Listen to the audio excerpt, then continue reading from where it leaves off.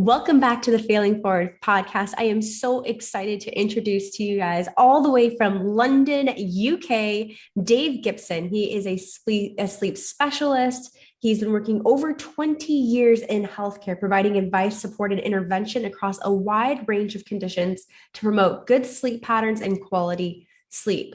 His background is definitely in all things wellness. He's worked as a hypnotherapist, a naturopath, an osteopath, and has multiple degrees in osteopathy and food science. He works both online and face-to-face, treating a range of conditions from back and neck pain as an osteopath to low self-esteem, overeating, addictions, and anxiety as a hypnotherapist, and he specializes in sleep advice and support. His extensive background in sleep and expertise in wellness enables him to bring a wealth of knowledge to solving sleep problems. He has launched his well-regarded sleep blog, thesleepsite.co.uk, in 2014. He's worked with the national press and BBC national and local radio, along with major commercial stations. He's also worked on BBC's Strictly Come Dancing as their osteopath. So that's a fun little fact.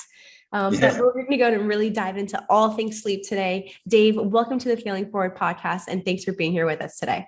My pleasure. You'd have thought with all that lot I should get a good night's sleep, but I don't. I have to really work at it. There you go. So what got you into the sleep? How did this passion come up? Tell me about your journey.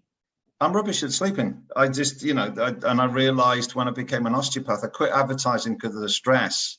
And when I became an osteopath, a lot of my clients, because of technology, because of how we allowed technology to expand into 24 hours, a lot of my clients were really struggling with sleep, and I was the same. So I started researching it over 20 years ago. So, getting into it, looking at it, working out where the pitfalls were. And at that time, there was very little sleep science going around. So, it's only really in the last 10 years that more and more is now understood about why we sleep and how to get a better night's sleep. So it's really because I was struggling and I needed to make sure that I was getting a good night's sleep. Yeah, I think a lot of the people that are listening right now are struggling with sleep as well. I think many of us, especially if you're working a high stress job, or like you said, you have technology all around you, TV, laptops, computers, your phone, right? These things are actually disrupting our sleep more than we give them credit. So let's kind of dive into some very, very key things that people can start working on right now today to help them improve their sleep, and also creating a good sleep hygiene, creating a good sleep protocol so that we can find more natural ways to improve sleep than just having to take sleeping pills. Well, the thing that I always start with my clients is to sort of talk about, if you have a little one, if you have a little baby, you nurture them into a sleep routine. You take care of their sleep. You wouldn't dream of sort of adrenalizing a young baby or a young child just before they're about to sleep. You wouldn't turn the music up.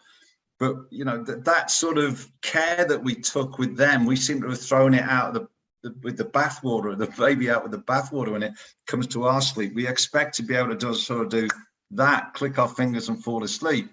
And we forget that sleep's something that you sort of have to ease into your life rather than expect to be able to flick a light switch.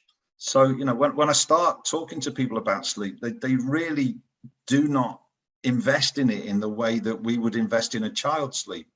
We've allowed it to sort of be put on the back burner, and we're fitting our life, sort of our sleep around our life, rather than sort of putting sleep first in the whole sort of center of our well-being.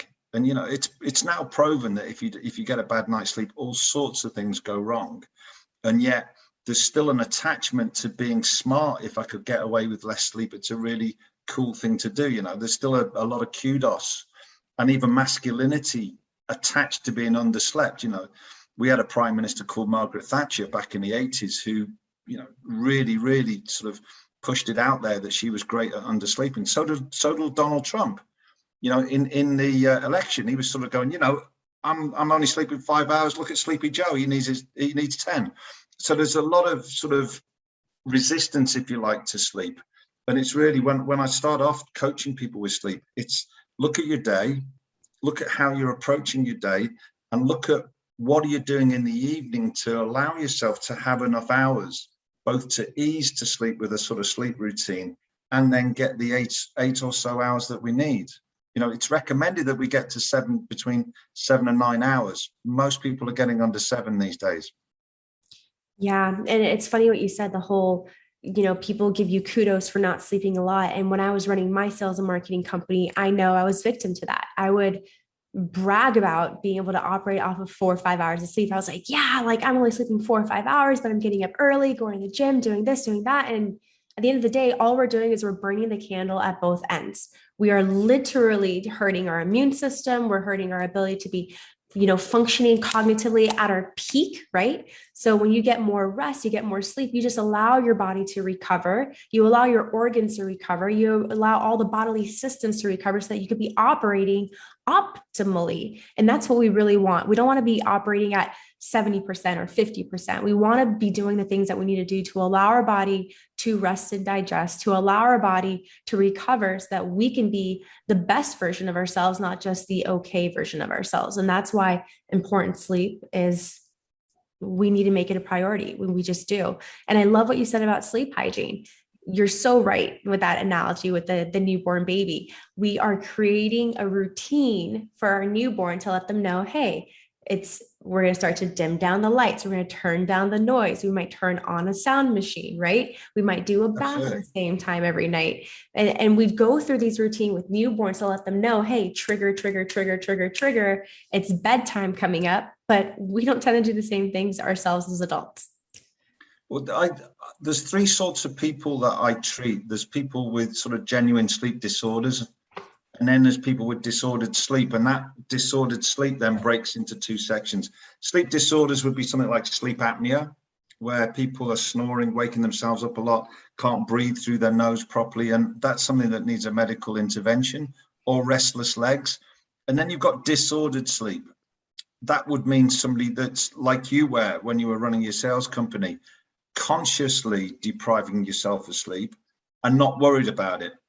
And then you've got the other extreme where people really would like a lot more sleep, but because they've sort of got into a package of insomnia, they lie awake worried at night. And there's a very different approach by both those types of people. The sort of person that you were not really aware that they are sleep deprived. So the adrenaline just keeps you going. And eventually you hit a brick wall. That sort of approach is a little bit harder to deal with actually than the person who isn't sort of doing so well. The person sort of in COVID, I'm treating a lot more people that are a lot more anxious. They're actually easier to deal with because they know they've got a sleep problem. People are actively underslept and getting away with it and loving it. They don't know they've got a problem. They're a lot harder to convince because they're functioning well. It's a bit like when you deprive yourself of water, your thirst center turns off. You don't know that you're dehydrated. The same with sleep. You get into this zone where the body just sort of goes with the flow up to the point that you crash. And then you're in trouble because all of your systems, your immune system has gone, your detox of the brain's gone, your cognitive processes are down, you've got a higher risk of cancer, and then you've got all the long-term bits. In fact, if you're trying to lose weight, it's a lot harder to do so if you're underslept than if you properly slept. The body thinks it's in crisis when you undersleep, and it swaps the hormones around. So the hormone that tells you you're full doesn't work. The hormone that tells you you're empty overworks. So you get these pangs of hunger for carbohydrate and sugary food. And in fact, if you are exercising and want to lose weight and you are losing sleep, your body will take the energy out of your muscles and leave you with your fat stores. So you actually lose muscle if you're training hard and trying to lose weight when you are underslept, and you keep the belly flat going because the body's thinking that you're under crisis. There's no animal on the planet apart from human beings that actively deprive themselves of sleep. You know, and if you think about it, if I'm a caveman and I overeat, I can store fat. I can put it into my belly, I can put it in my adipose tissues, and that gives me an energy store. If I'm a caveman and I think I'm going on a trek and I want to lose sleep and I want to sort of keep going for 10 days, I don't have the same store of sleep. Biology didn't give us an ability to bank sleep. we weren't meant to not sleep every night. We were meant to get between 7 and 9 hours. That's what we're pre-programmed to do. And it's because we get the growth hormone, it's because we have the brain detoxification, and our memories, all of our learning occurs at night. The sort of transfer of short to long-term memory, that occurs as we sleep. And when we dream, all of our creative thinking is coming to play. And those processes get fragmented if you don't get enough sleep. So it's really, really vital that we get the full sort of 7 to 9 hours, whatever we're biologically programmed to do. Yeah, and I want to dive into what you were saying with the nervous system, right? We have our central nervous system that's broken down into two parts. We have the sympathetic nervous system, which is going to be your survival, right? And then you have your parasympathetic nervous system, which is the rest and digest.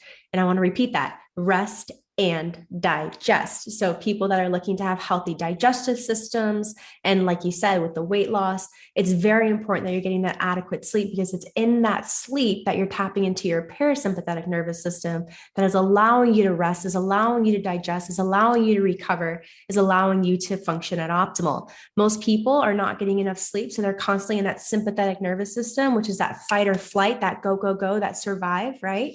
And when you're in sympathetic, digestion is turned off, recovery is turned off, and your body is literally in survival mode.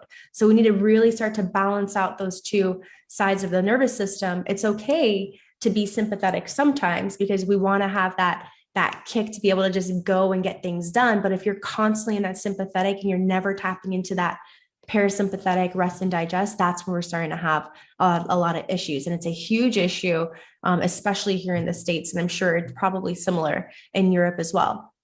It's been on the increase with COVID. 40 to 50% of people in London and in the UK are sleeping less well than they were doing before lockdown. And it is that adrenalization.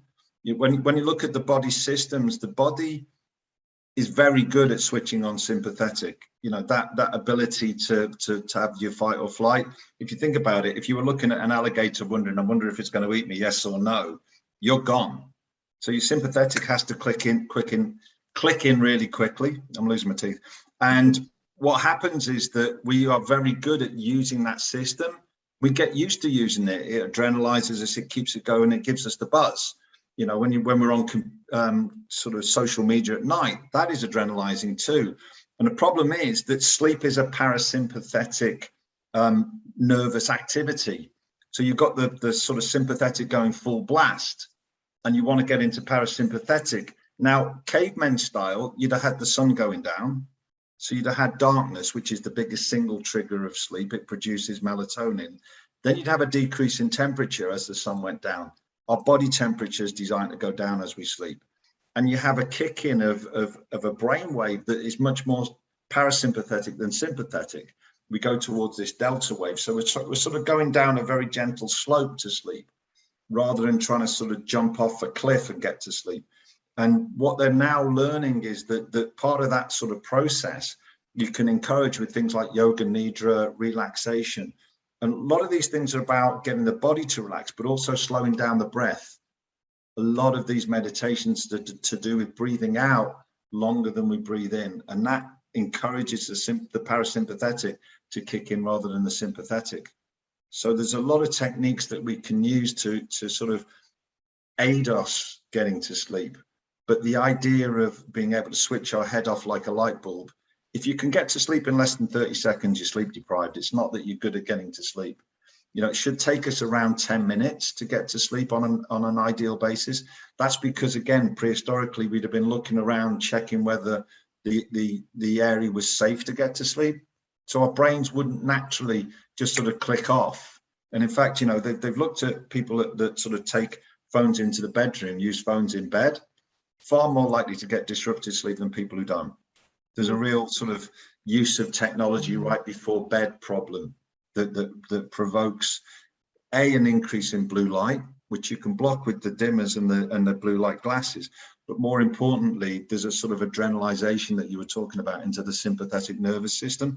In fact, they did some research recently in Tel Aviv University, and those of us who use apps close to bedtime, 60% more likely to grind our teeth. Interesting. when they asked the researchers why, they said, well, there's a fear of missing out. You know, the brain expects to sort of be connected to the phone, be connected to our social media. And the idea is that we put boundaries around ourselves. So one of the things that I teach people a lot is to look at how you use social media, how you use your computer, when are you off it and when are you on it, and try and be very ordered with it. So for example, are you going to use it before breakfast? If so, why? You know, are you going to have a detox around the meal times? Do you have a period at night when you've got no mobiles on before you go to bed, or no technology on? How do you use it so you can connect offline as well as online? That's a really important part of sleep hygiene. That's such a good point. I'm glad you bring that up, because we start to think about what are some of the things that we can be doing if we're having a hard time falling asleep. Well, one thing is just staying away from our phones. And the reason for that, it's going to, number one, is just going to increase your brain activity, right? So it's just signaling you to be more awake, more alert. You're thinking more instead of relaxing and just getting ready for sleep. But the second thing is, people don't realize how much light is being given off by our devices. And it's not just our devices, it's our lights in our house. So if you have LED lights and those lights are on midway or higher at night, you're sending a signal to your brain that it's still daytime. So your body's natural circadian rhythm is being thrown off. And when most people, like you said, the caveman, right? They look outside, it's starting to get dark, it's starting to get cooler. Like we get all these signals that it's time for rest. Now we're lights in our homes, the TV going, our phones, we're getting all these lights back into our eyes, which is sending that signal to that optic nerve that sends a signal to the brain that it's still daylight outside. So we're all confused. We're all backwards. The use of light is probably the thing in the last year, I would say, that's been more research done on. And it's the difference between the daylight and the night light that's important. So in the morning, if you can get outside for half an hour and don't put sunglasses on, get your light exposure really early, then the brain knows that it's daytime and the cortisol comes out at daytime. So the two things go together. Then at night, your brain's expecting a decrease in light. So again, you could go outside, look at the light at dusk. And then when you come back inside, switch all of your lights from bright incandescent lights down to sort of the sort of red lights that you can get that help with dimming. If you do want to use a phone, put it on the dimmer. You've got dimmer switches on most of them. And you can also put something called flux on all of your equipment, FLUX. That's a free filter. And you can use blue light glasses. But what they've now shown is that if you interrupt your nighttime sort of decrease in light by looking at a mobile phone, you can block melatonin for up to 3 hours. So it becomes a lot harder to get to sleep because of the blue light. And then you've got the adrenalization on top. You've got the cognitive part of being connected to devices, which is stimulating. And when you look at the brain waves of them, you know, people's brain waves do become more active when they're using technology late at night. Interesting. What are your thoughts on some of these red light therapies, such as a red light sauna or a red light, like a Juve therapy system? What are your thoughts on using things like that to help kind of mitigate some of the blue light? Infrared saunas, I love for the whole body in terms of achiness and getting the bones better and all the rest of the sort of wellness that it does. But certainly dim lights at night is a key part to it. So infrared is a far better light to have from a sleep point of view by a massive amount. Awesome. And then some of the red light therapy, like there's panels where people can get these little mobile devices that emit the red light, and it's red light that's some of it's constant, some of it's more in a wave. There are different ways that they emit it. Do you think that these devices help with offsetting some of the blue lights? Are they helpful? In general, they're better for general wellness, but I think in terms of offsetting blue light, you're really looking at the filters, i.e. a blue light filter that's reducing that specific filter. So if you are using technology, be really mindful of putting the filters on the devices that you've got and putting flux on. So it's that specific wavelength that you're after, that blue light. And the blue light that comes off these screens literally mimics the morning sun. Interesting. So And the way the body works, the way the circadian rhythm works, is it's looking for the difference between bright and dark.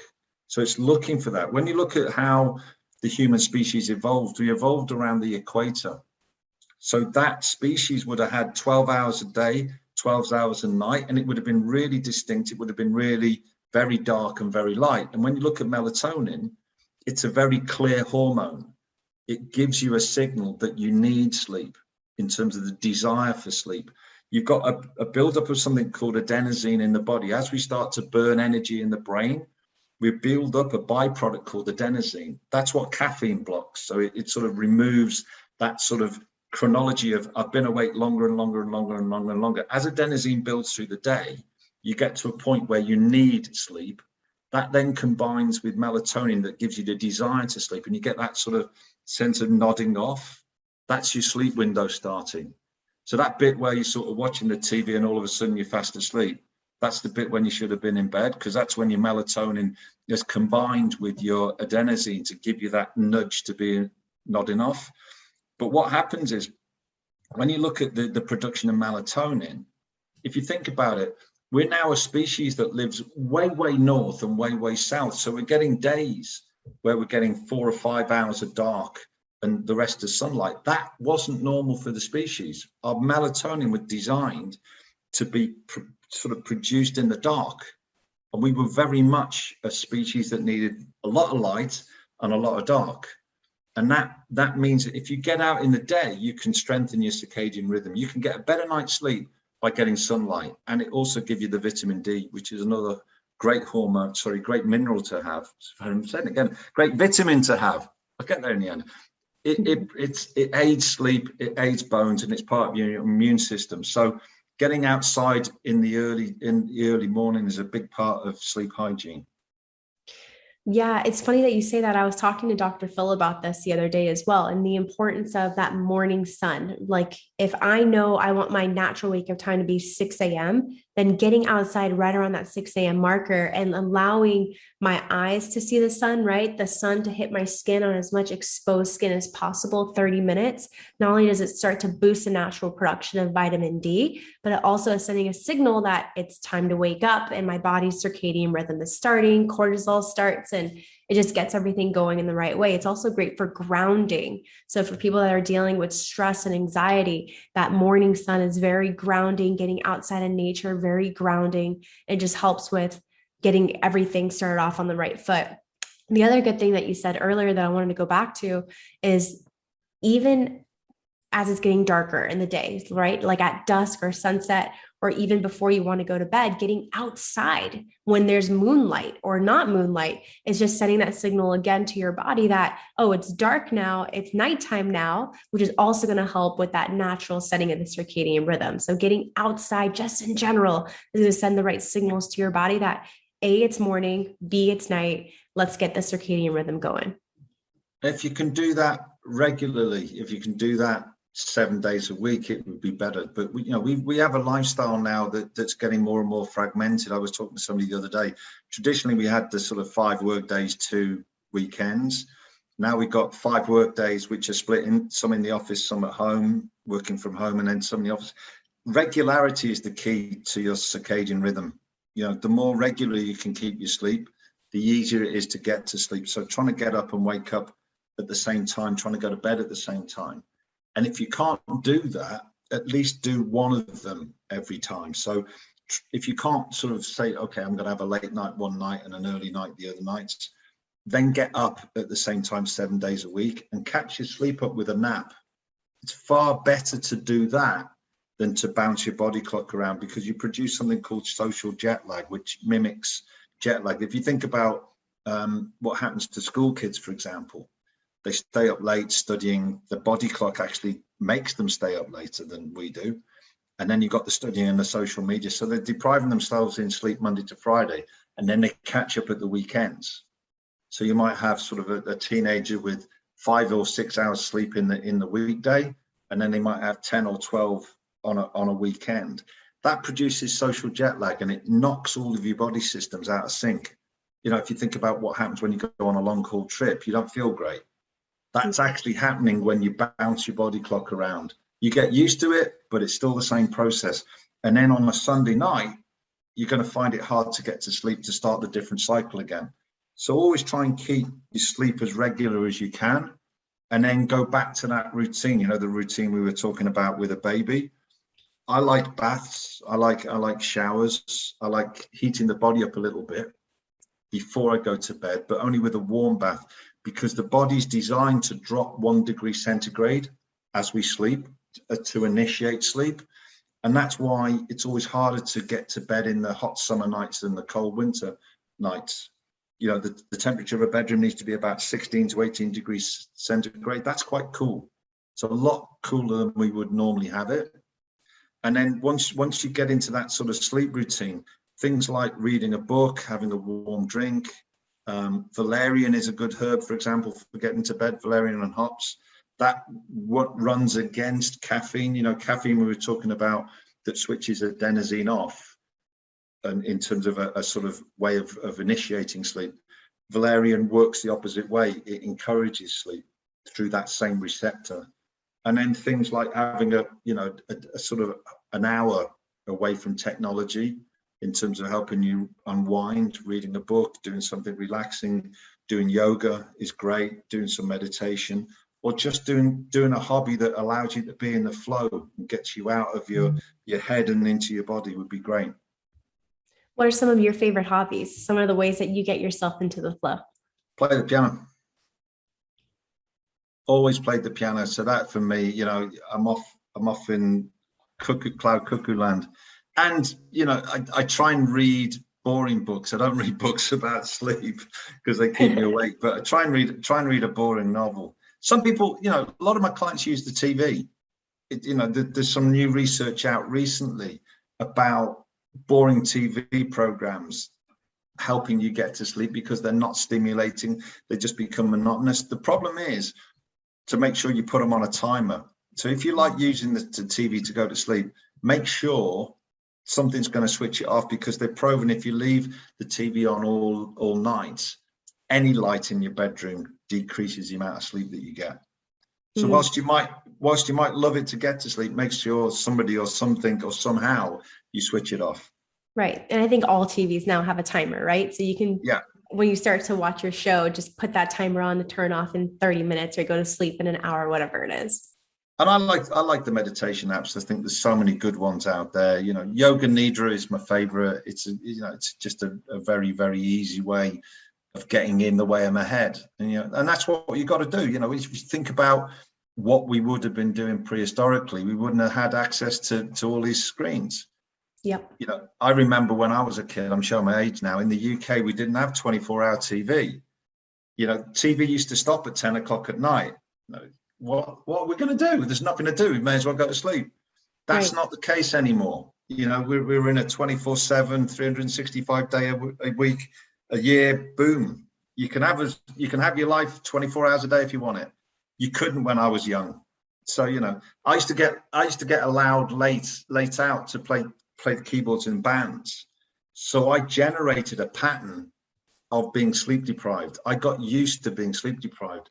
So I've had to unlearn it. And also I've got my sleep genes of my mum. One of the things to consider when you're looking at sleep patterns is something called your chronotype. The chronotype is your biological body clock with regards to when you're predisposed to sleep. And what happens is, again, going back to that prehistoric tribe, if you look at how do we look after a fire, if I can make some of the tribe go to bed early and some of the tribe go to bed late, I've got the fire covered for longer. And what we think is that on average, 60% of the tribe went to bed in the normal window, 10 o'clock to 12 o'clock. 20% stayed up late, they're called night owls. 20% went to bed early, they're called morning larks. So the rest of us would have gone to bed when we get the normal sleep window, 10 to 12. But these guys and girls would have been sort of helping us keep the fire up. In modern society, morning owls, morning larks don't have a problem because we get up to go to bed early. In modern society, night owls are the majority of people that I end up helping, because people are going, look, I'm wide awake at 2 o'clock at night. How am I supposed to sort of get up at 7 in the morning? You went. you have got an issue, because, you know, perhaps you can talk to your boss and say, by the way, can I come in at 10? Or can I start work at 10 and work later? Because certainly people's chronotypes or biology or sleep preferences is another big part of sleep. And they've shown that even if you get 8 hours, if you're not in sync with your body clock, those 8 hours aren't as good as if you would have had them in terms of the quality. So sleeping when you feel tired is really important, and learning how to sleep when you're tired. So giving yourself the opportunity to get bored. If you think about it, I don't hear any of my teenage clients or my young kid clients ever talking about being bored. You know, kids don't get bored these days. They don't have that, okay, my brain's doing nothing. We keep our brain going 24/7. We're supposed to daydream. The brain is designed to have a break too, and we just don't do it. So when we come to night and we're trying to sort of switch that process off, it's really hard. So for a lot of people, they don't know they're tired until they're actually crashing out. It's going back to you know, the lifestyle that you had, Nikou. Yeah, it's interesting. One thing that you just said there, not everyone is supposed to be waking up at 6, 7 a.m. You're saying some people's body types and sleep types, they're meant to be sleeping later, like 8, 9, 10 a.m. Is that correct? Yeah. Well, I had a patient the other day complaining that they were awake at 4 o'clock, like bang, 4 o'clock in the morning. And, you know, 3 o'clock to 4 o'clock, you do have a lot of functions that change over. Liver function starts to kick in and stuff. So some people do have hormonal changes that sort of wake them up at that time. However, this person was sort of going, you know, before my partner moved in, I used to go to bed a lot earlier. And I said, so what sort of time? He said, well, I'd be asleep sort of 9 o'clock at night. I said, well, what are you doing now? Well, I'm going to bed with him, and he sort of goes to bed 12:30. Okay, so he wakes up what? I said, well, he wakes up at 8. I said, but haven't you thought about, you might actually be somebody that needs to go to bed earlier? Well, yeah, I can't go to bed with him then, can I? The answer is no, because her body clock was running on an earlier schedule. She was a morning lark and he was a distinct night owl.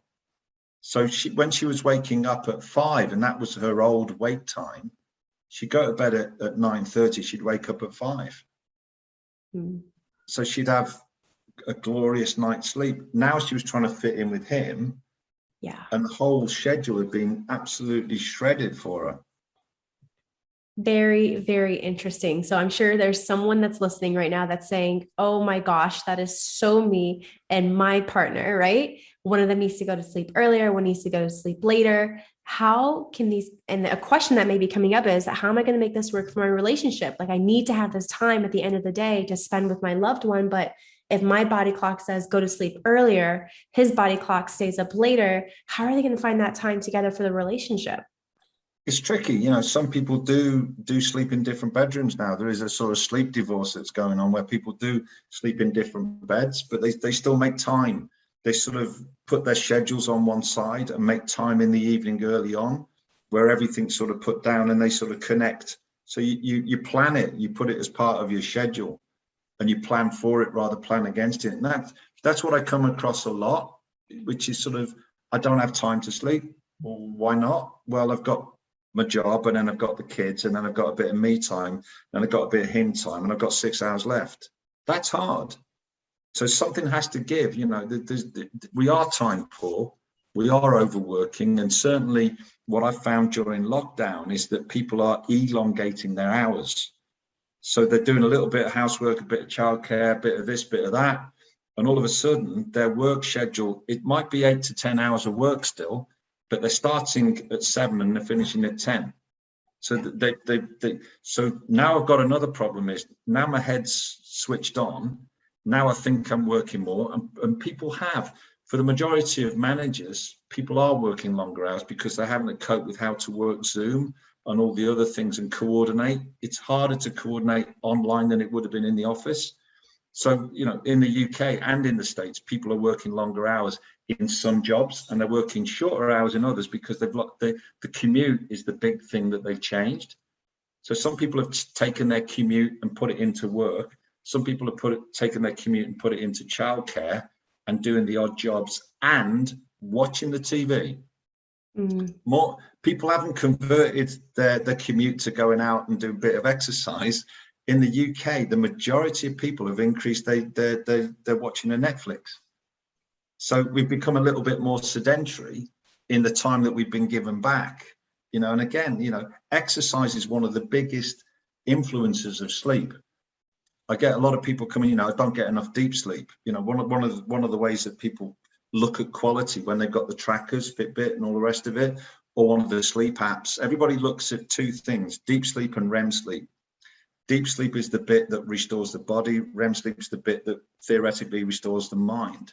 And everybody's going, you know what? My deep sleep's gone down. My deep sleep's gone down. And go, okay, do more exercise. And when you look at the deep sleep and the amount of sleep that athletes get, so people like Federer, Usain Bolt, they are all sleeping more than the average person, because when you exercise, your body needs to recover and it will give you more deep sleep. And that is the sleep that really, when you feel knocked out, so people feel better if they get more deep sleep, because it rejuvenates the body more. Interesting. So that's why we need exercise. And the REM sleep, like you said, it's good for the mind, because that's where we're getting into the dreaming, right? All the dreams are happening during the REM, but it's great for creativity. Absolutely. The Leonardo da Vinci, who invented a lot of stuff, and Thomas Edison, who invented the light bulb, used to set an alarm to wake themselves up in the middle of REM sleep and then write down all their ideas.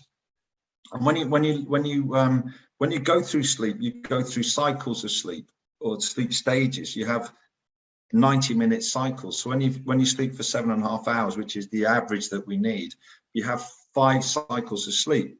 So sleep starts off with light sleep, then deep sleep, and then REM sleep. And not all stages are the same. We get more deep sleep at the start of the night, more REM sleep at the end. So when you shortchange yourself on sleep, it's the creativity, it's the cognitive processes that you lack, which is why, you get outside the wrong side of the bed. You feel grumpy in the morning if you don't sleep enough. That's the brain part of it, the cognitive part of it. But during those processes, when we get REM sleep, when we dream, what happens when we dream is all of the memories from the day are being filed. Now, some of those memories will be unique. You've never had those before. So let's say a cat ran out when I'm driving home. I'll remember that. But if I'm driving the same way home 24/7, all of those days in a row, I'm not going to remember that particular journey, because it's not memorable. But what might happen is if I get a cat running out of me, let's say it happened today, when I dream, I might dream of a cat that I had as a child. So what happens is your brain's putting new memories and old memories together. And then I might remember a song by Cat Stevens, or I remember the Cat in the Hat book. So we get images of the day that then link in with other memories from other times. And if we're thinking about something, the great adage is go to sleep on it, you wake up with the answer. We do, because the brain creates all of the different sort of connections at night. Now, one of the things with dreams that they've discovered is the emotional part of dreams represents the emotion that you're trying to figure out at the time that you go to sleep. So if I'm feeling happy, I'll have elated dreams. If I'm feeling sad, I'll have sad dreams. If I'm feeling scared, I'll have scary dreams. Now, the emotional part of that is produced into the brain through your amygdala. Your amygdala is 50% more active at night. It's your emotional center. The funny thing is that as we dream, noradrenaline is switched off. So noradrenaline is your fight or flight hormone for your brain. So now I can have all sorts of scary dreams, or I could be dreaming about a funeral that I've been to that day. And as I dream, the emotion is going through the brain at a higher level because the amygdala is switched on, which is our emotional center, but I'm not being traumatized by it. So I'm not having the adrenaline banging me. I'm not remembering something and then being traumatized by it again. I'm having it rinsed through my brain. Mm-hmm. So dreaming is really important for our emotional well-being, because we rinse the emotion out of memories. It's like that thing, time heals. Time heals through our dreams at night. We dream things and they get less and less and less adrenalized. They get less traumatized. And what they found is people with PTSD, they don't dream the same way. So when you talk to people who come back from war, they have the noradrenaline permanently switched on in their brains. So when they're dreaming about an event, it is re-traumatizing. And they've realized that they can give them noradrenaline suppressants to help with that process. So, you know, sleep science is advancing all the time because we're getting less sleep than we need. So there's a huge investment now by science trying to work out, A, what goes wrong if we don't get enough sleep, and B, how do we solve it? So on the other side of the spectrum, is it possible to get too much sleep? Yeah. The average person needs somewhere between 7 and 9 hours.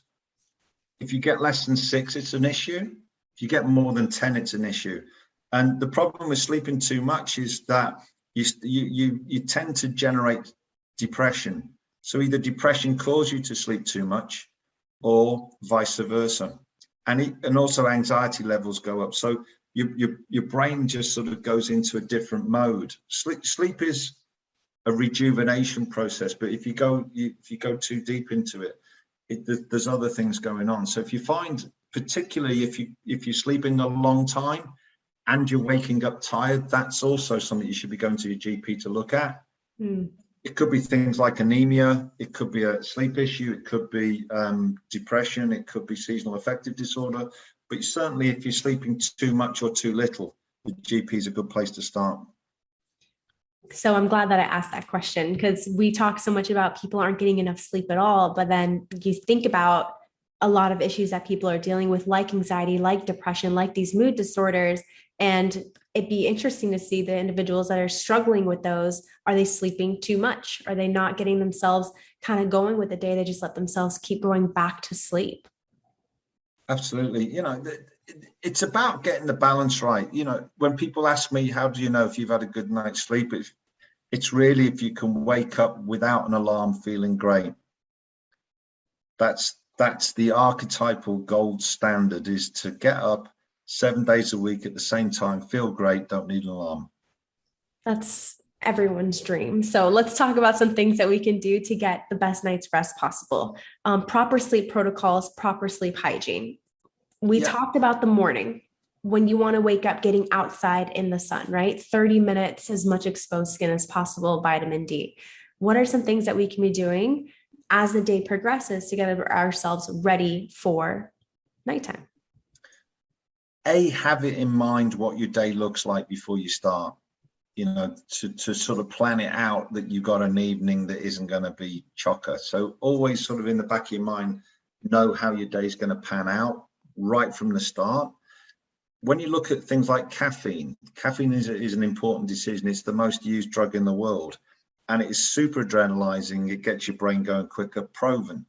I always, if somebody is having a sort of difficulty sleeping and they're really sleep deprived, I'd probably ask them to eliminate it to start with and then put it back in later, because caffeine sensitivity varies. Some people are awful on it and some people doesn't make a difference.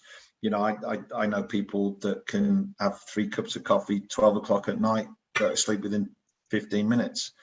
Somebody like myself, I've got a far higher sensitivity.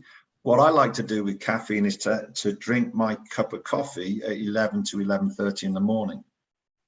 There's a reason for that. Is when you look at cortisol peaks at about 11 o'clock and then it starts to drive down. So I tend to have hot water and lemon in the morning, or another drink that's non-caffeinated. And then later on, I'll have my cup of coffee and then I'll stop at 12 o'clock. Caffeine's got a half-life of 12 hours. So if I have a mug of coffee at 12 o'clock, half of it is still active at 12 o'clock at night. It's a really long time.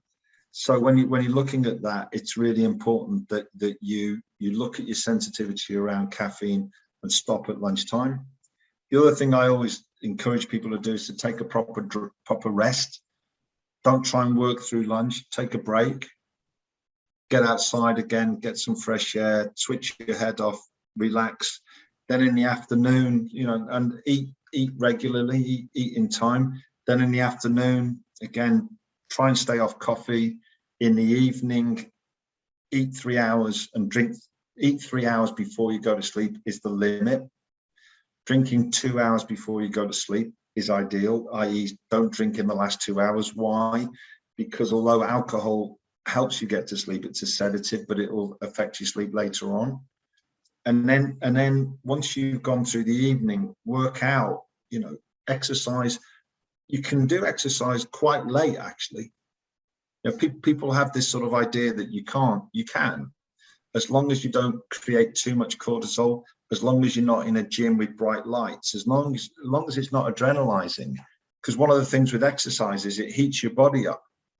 And your body quite likes to go from warm to cold to help you sleep, that sort of decrease in temperature. So if you like exercising in the evening, do it, but don't do it too close to bed.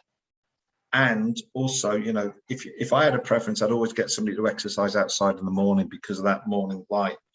The other things to consider is what you eat is important with regards to sleep. Probiotics, gut bacteria. When you sleep, they sleep. They go to sleep in 90-minute sleep cycles, the same as us. And if you've got a sleep cycle that's all over the place, if your sleep pattern's been all over the place, you will have wiped out all your gut bacteria. So one of the ways of getting back into a good sleep routine is actually to take more gut bacteria, to have fermented foods. They're great for sleep. So's magnesium. 75% of people in the Western world are magnesium deficient. Magnesium is one of the minerals that we need for sleep. You can take it 45 minutes before bed or eat lots of nuts and seeds. Vitamin D, we talked about, it's important for sleep. So is vitamin C and the B vitamins. So in general, if you have a Mediterranean diet with all the different colors of the rainbow, when you look at different colored foods, they give you different colored vitamins and minerals. They give you different things. So try and have all the colors of the rainbow, bit of fish, not processed foods. Why? Sugar stops you from sleeping. And really sort of have a healthy lifestyle, and learn to meditate is a big thing. Learning to be able to switch off is a big thing. And finally, learn to breathe through your nose at night, not your mouth. When you breathe through your nose, you slow your breath down. As it goes into the lungs, it's slower down. And you also sort of produce nitric oxide. But the slower breath means that your air stays in the lungs more, and it increases your blood oxygen levels by about 15%. That's a huge thing. So what people have discovered, again, it's a more recent thing, is that people who breathe through their nose get a better night's sleep than people who breathe through their mouth. Interesting. Have you looked into mouth taping? Yep. Yeah, I've done it. It's pretty cool. What I do also is I realize that I breathe through my mouth in the day. So what I do is I've taught myself to breathe through my nose in the day by every time I do something that's a regular habit. So if I have a cup of water, make a cup of tea, if I go to the loo, I will always go, right, breathe through your nose. It's called tiny habits. When you link a change to a thing that you do regularly, you can create a new routine out of it, because you've got to link it to things that you do a lot of, though. Right. So I've taught myself to breathe through my nose rather than my mouth, and it makes a big difference. And mouth taping is great. You just put a piece of tape on your mouth and you off you go. Yep. And they have them on Amazon. I got the ones that it's like the lips, it just goes right across, and it makes a huge difference, because I do the wearables at night, the Whoop band or the Aura ring, and I've seen huge improvement in my deep sleep just by the nights that I've done the mouth taping. And my husband says I'm not snoring as much. It's crazy, because when you look at prehistoric man, he didn't chew what we're chewing. He didn't eat what we're eating, and the whole of his bite, people prehistorically didn't have anything other than great teeth. When they've looked at them in cavemen's teeth are great. Ours has all sorts of problems, and it's the way the jaw, in some of us, our jaw changes, it gets too small for the tongue, and that creates problems, and we end up breathing through our mouths too much. Interesting. So with the sleep hygiene, I loved, don't eat 3 hours before you go to sleep, have a set bedtime, or at least have a set wake up time. One or the other, both if you can, is ideal. You don't drink anything 2 hours before you go to sleep. So again, your body's already kind of doing its digestive process. So you're not having to worry about digesting when it's time to go to sleep. Turning the lights down, using flux on your devices to help omit or at least mitigate some of the blue light, wearing a blue light glasses, and then doing things that are going to be quote unquote boring, reading a boring book or watching a boring show or something that's just going to help your brain get destimulated so that it gets prepared for that rest. Really get back into your body rather than your mind. You know, when mindfulness, you know, people that I sort of go, you know, learn to meditate. I can't meditate. Well, switching off and thinking about something, doing something that distracts you is actually meditation in my mind. It's a way of engaging your brain to be mindful of one thing rather than being fragmented and focused.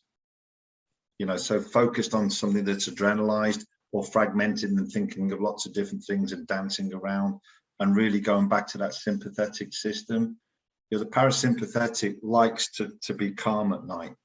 And it's really trying to work out how you're going to do that and not expecting to be able to do that and go to sleep. Because if you're doing that, it means you're sleep deprived. If you can get to sleep within 5 minutes, you're sleep deprived. The opposite is the case, though. If you're lying in bed for longer than 20 minutes, don't lie there. Get out and start again. There was a very clever experiment done by a Russian scientist called Pavlov. And what he did was he got a group of dogs and he would feed them. And as he fed them, he'd ring a bell. Having done that for a few months, he then would feed them and ring the bell. And then all of a sudden, he stopped feeding them with the bell. So he would ring the bell, but no food being cooked, no food being smelled. And the dogs would still salivate.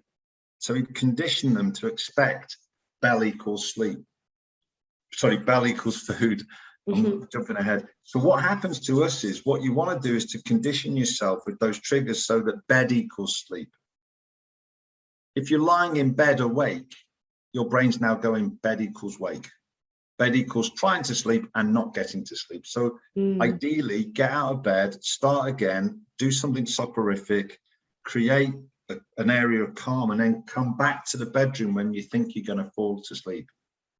And certainly when I do sleep webinars, when I go into companies, we'll do a questionnaire for them all. We'll get them all to fill in their sleep hygiene. Are you sleeping well? How often do you feel tired? What you're doing? Does your partner snore? All of those questions that we just covered. And then we'll ask them, when do you switch your device off? Do you use it in bed? Do you switch it off within half an hour? Do you switch it off in an hour? And then we'll go, okay, here's the people who have the worst sleep. These are the bottom 25% of sleepers in your company. Have a guess how long they have before their phone goes off before sleep. It is less than half an hour.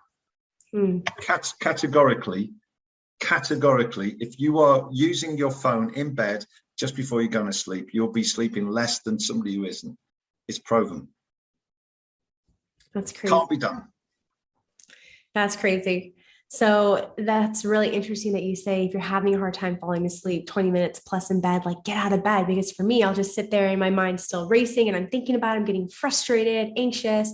And then 2 a.m. becomes 3 a.m. becomes 4 a.m. And I'm just like, just time to wake up. We're not going to sleep tonight, right? Well, yeah. I mean, I got referred somebody who was a friend of a friend and he came in about a month ago and he was drinking too much Coca-Cola and all the rest of it. And he expected me. I do hypnosis recordings. I do sort of soporific recordings for people. So I create a bespoke sort of mindfulness type thing with hypnosis. So he's expecting me to give him some hypnosis. And he goes, come on, are we going to do the hypnosis? And I went, no point, mate. He goes, what? I go, there's no point. Hypnosis isn't the solution. He goes, well, how do you mean? I said, look, you go to bed at 12, you get up at 6. And you spend an hour and a half in bed doing your work. I said, so you can't get 7 hours. It doesn't go. I said, even if you were going to bed and going to sleep, you're only getting 6. I said, so take a camp bed into the office and just do what you want to do. He said, well, I don't get you. I said, you don't have enough time to sleep. You're you know, Doris had sent him, his partner had sent him along. And I said, what does she want to do? And he said, well, she thinks we should downsize. And on the card, I'd written in capital letters, downsize. He was running 3 agencies with half the advertising agencies with half the staff he was running, and his brain was working at night. He was absolutely wired. He was doing his work at night. He didn't have the time to sleep. Now, the opposite can occur, which is if you're lying in bed worrying about something, you try and work out whether what you're worrying about can be solved that night by you writing down the solutions. So if you're worried about something, get out of bed, write it down and sort of finish the job, or don't. But there's no point lying in bed worrying about something that you can do nothing about. Right. You may as well get out of bed and do something productive. You know, do your washing, do your ironing, you know, fix something. If you're wide awake, you ain't going to sleep. And we know that. That's the crazy thing. You know what I mean? We get into this zone, you think, oh man, I'm not going to go to sleep now. It's going to kill me in the morning. Well, it's going to kill you in the morning anyway. You may as well get out of bed and do something productive. Right. And that's the thing. So when I sort of get hold of somebody who's sleep deprived and they're going, my Fitbit's told me I need 7 hours, I'm getting 4. I said, okay, let's aim for 4.25 though. What? Well, let's do 4.25. And then let's do 4.5. And let's do 4.75. So try and build your sleep back up rather than try and break it and reinvent the wheel in one go. You can't. Your body's got used to it. You've got stuck in a rut. We've got to just ease the rut apart. So it's not, you know, we do cope without a lack of sleep. We don't die with a lack of sleep. We just underperform and we wreck our bodies.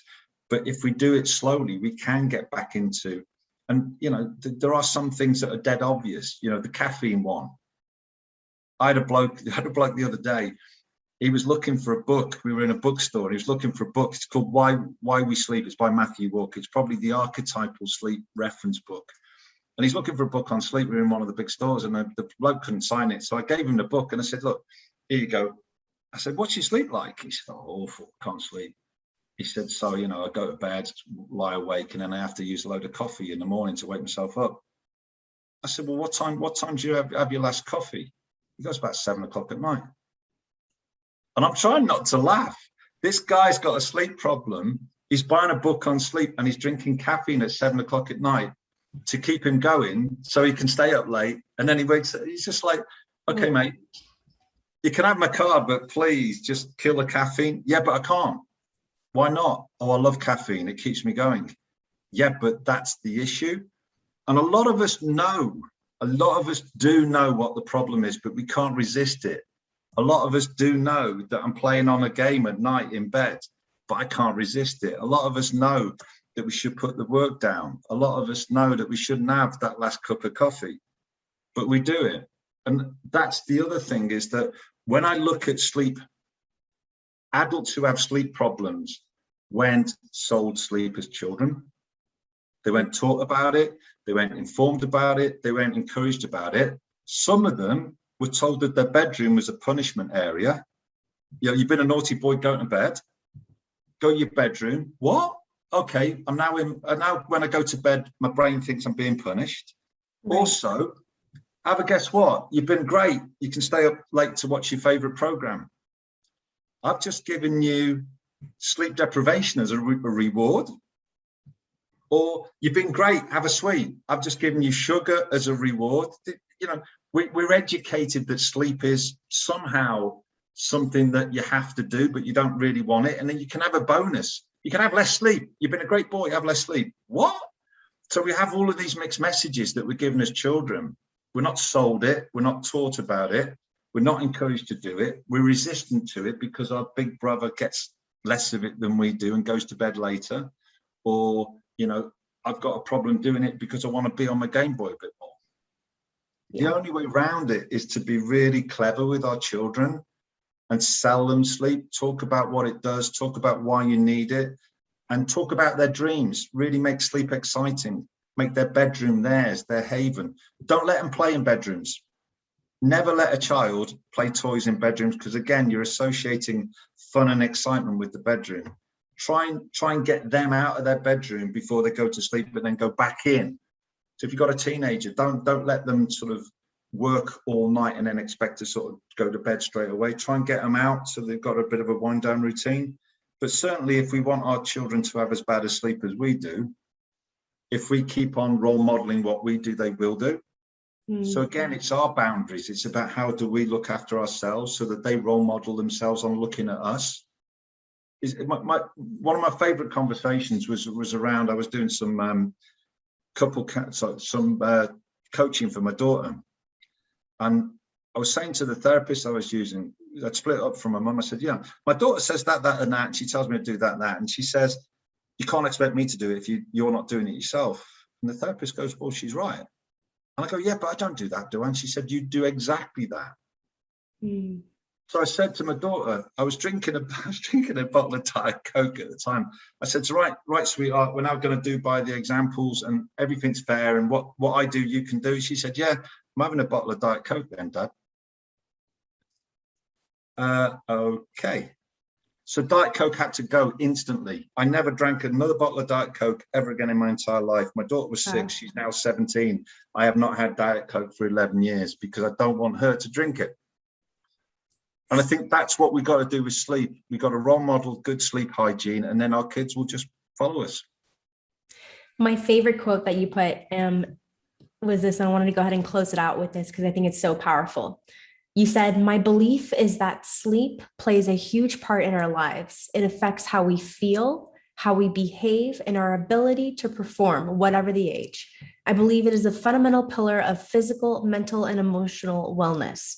My aim is to help you feel more energized by learning how to improve the quality of your sleep to leave you feeling fresh, boosted, and ready for your day, whatever that may look like. And I think that's so powerful. Sleep is so important for optimal wellness. Sleep is so important for helping us function at our best. And like you said, for the parents that are listening, we have to model good sleep in order to expect our children to have good sleep hygiene. Dave, how can we stay in touch with you? Where can we go if we want to reach out to you, ask you some of our sleep questions, maybe have you do one of these amazing bespoke hypnotherapy recordings for us? How can we stay in touch? I've got a website called thesleepsite.co.uk. And if anybody that's listening to this wants a free, just a chat to see, what they need, whether I can help or not, you can have a free half hour with me anytime. I love that. Amazing. So just go ahead and reach out to Dave Gibson. You can find him on Instagram as well. Dave, can you go ahead and leave us what your Instagram is? At Dave Sleep Expert. There you go. Dave Sleep Expert. You can find him on Instagram, send him a DM, let him know that you listened to the Failing Forward podcast for your free 30-minute consultation to help you improve your sleep. And you can also find him at thesleepsite.co.uk, which is his blog on all things sleep. Dave, thank you so much for being here with us today on the Failing Forward podcast. We appreciate you. In good sleep, everyone. Have a great rest of your day. Thanks so much.